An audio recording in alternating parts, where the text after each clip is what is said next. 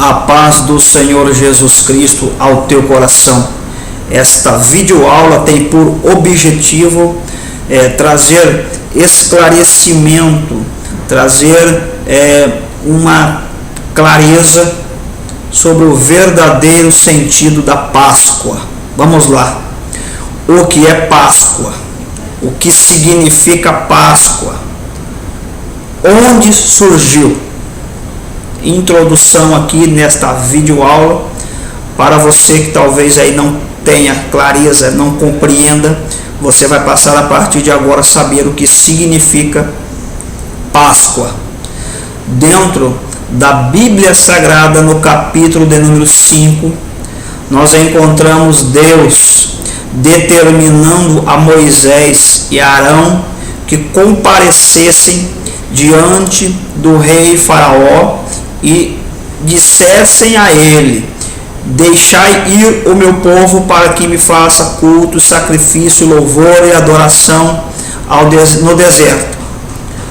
Todavia, do capítulo 5 até o capítulo de número 12 do segundo livro da Bíblia Sagrada, também chamado de livro do Êxodo ou Saída, nós vemos as manifestações de Deus, juízos, operações de prodígios, porque Faraó se recusava a permitir que a nação hebreia, os descendentes de Abraão, fossem para o deserto para oferecer sacrifícios a Deus.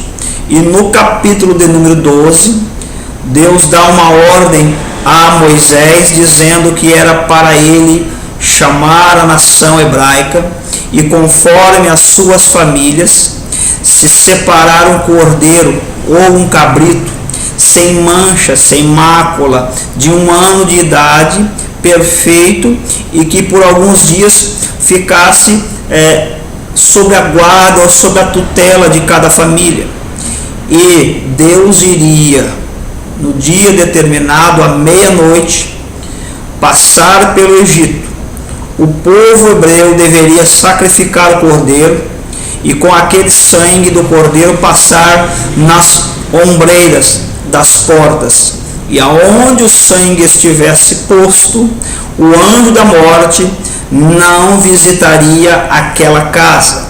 Também era para se comer a carne deste mesmo cordeiro assado, tanto as vísceras como a cabeça, bem como toda a carne deste animal.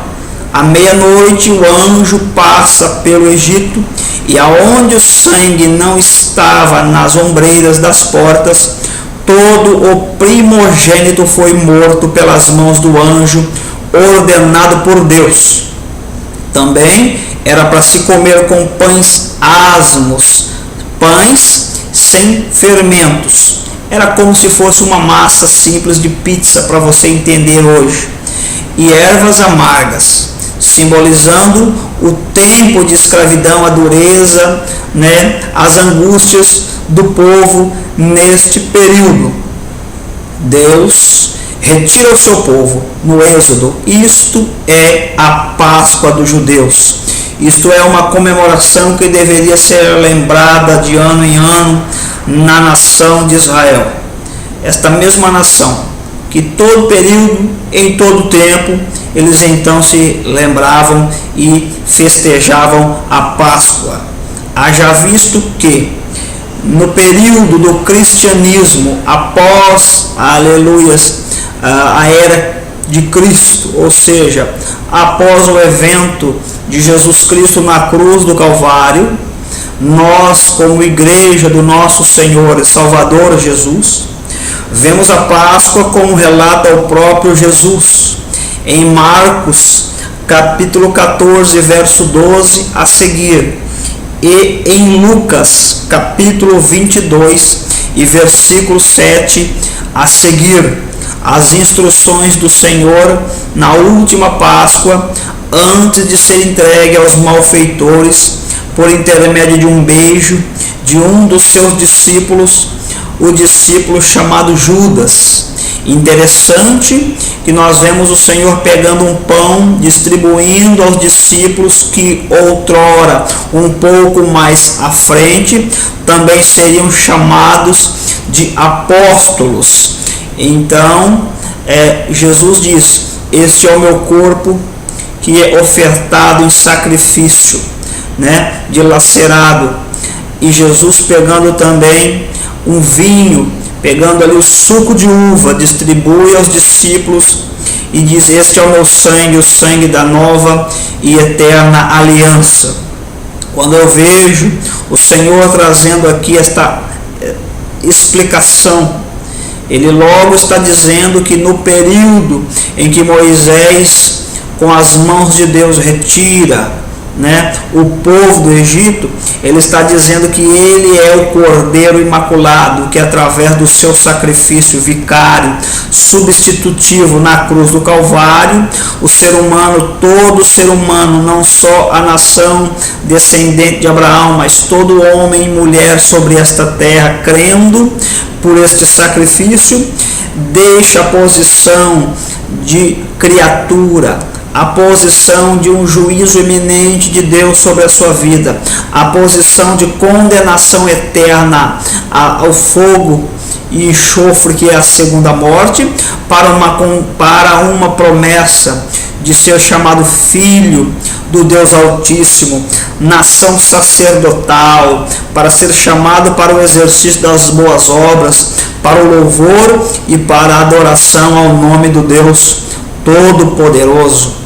Quando nós observamos então este perfil, nós logo entendemos que pela participação hoje, nós como igreja, participando da Santa Ceia do Senhor, ato este ritual, sim, porque ele é repetido em algumas congregações mensalmente e outras de um pouco mais de tempo e tantas outras talvez com um período menor, mas importa que se faça esse ato ritual e se haja uma reflexão dentro de cada coração, de cada ser humano, entendendo que por Cristo nós somos chamados nova criatura, o pecado não mais nos domina, a natureza adâmica corrompida, caída, influenciada pelo adversário, ela não mais faz parte das nossas vidas e passamos a ser uma nova criatura,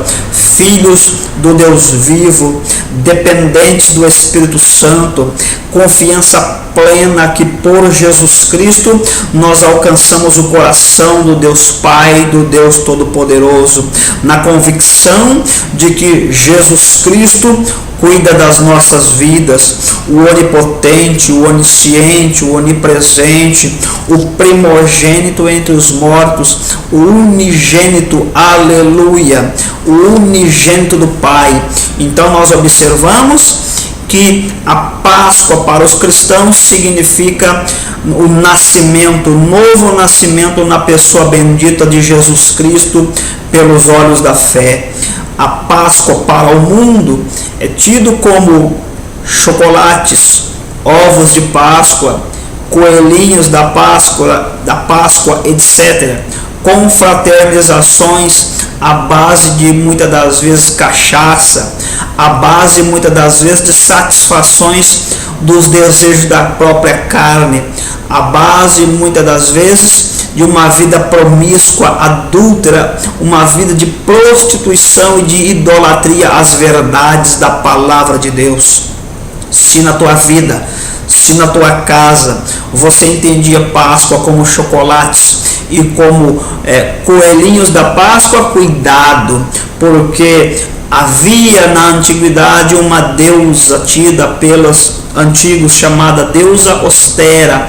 Era ela a deusa da fertilidade, a deusa da prosperidade, e era a manifestação demoníaca, aonde as pessoas ali, pela crença, confiavam nela.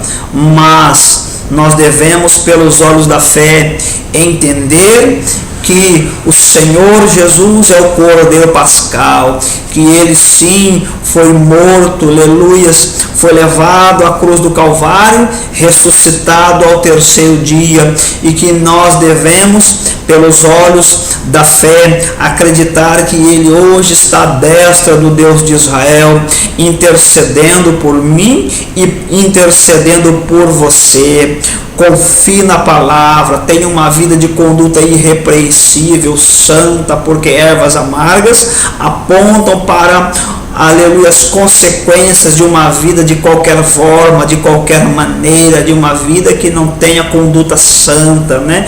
Pães sem fermento, pães asmos apontam para a pureza, para a doutrina, para uma vida de conduta correta, apontam para a recusa do pecado, apontam muitas das vezes para uma vida em que nós não utilizamos os nossos lábios para produzir algum tipo de egocentrismo ou de marketing ou propaganda terrena, não, mas que a nossa propaganda, o nosso marketing seja adorar, exaltar ao nome do Deus Todo-Poderoso, que aonde nós colocarmos a planta dos nossos pés, nós possamos levar o nome de Jesus, levar a palavra, levar a dependência de todo homem, de toda mulher sobre esta terra, na obediência da palavra, na confiança de que Deus zela pela sua igreja e que nos abençoará ainda mais nas mansões celestiais, porque esta é a promessa da sua palavra,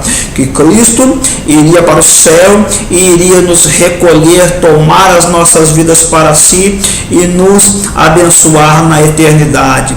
Que Deus te abençoe e Deus te guarde em Cristo Jesus.